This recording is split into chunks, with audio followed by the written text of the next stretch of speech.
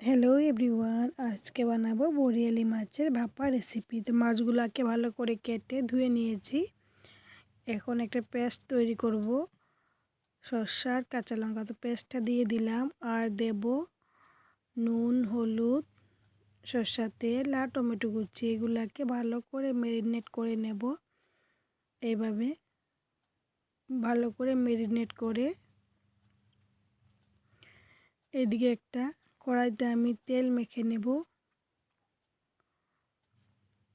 তো ভালো করে তেল মেখে কড়াইটা বসিয়ে দিলাম। তো এখন মাছগুলো দিয়ে এটাকে আমি লো ফ্লেমে ঢাকা দিয়ে 15 থেকে 20 মিনিট রান্না করব।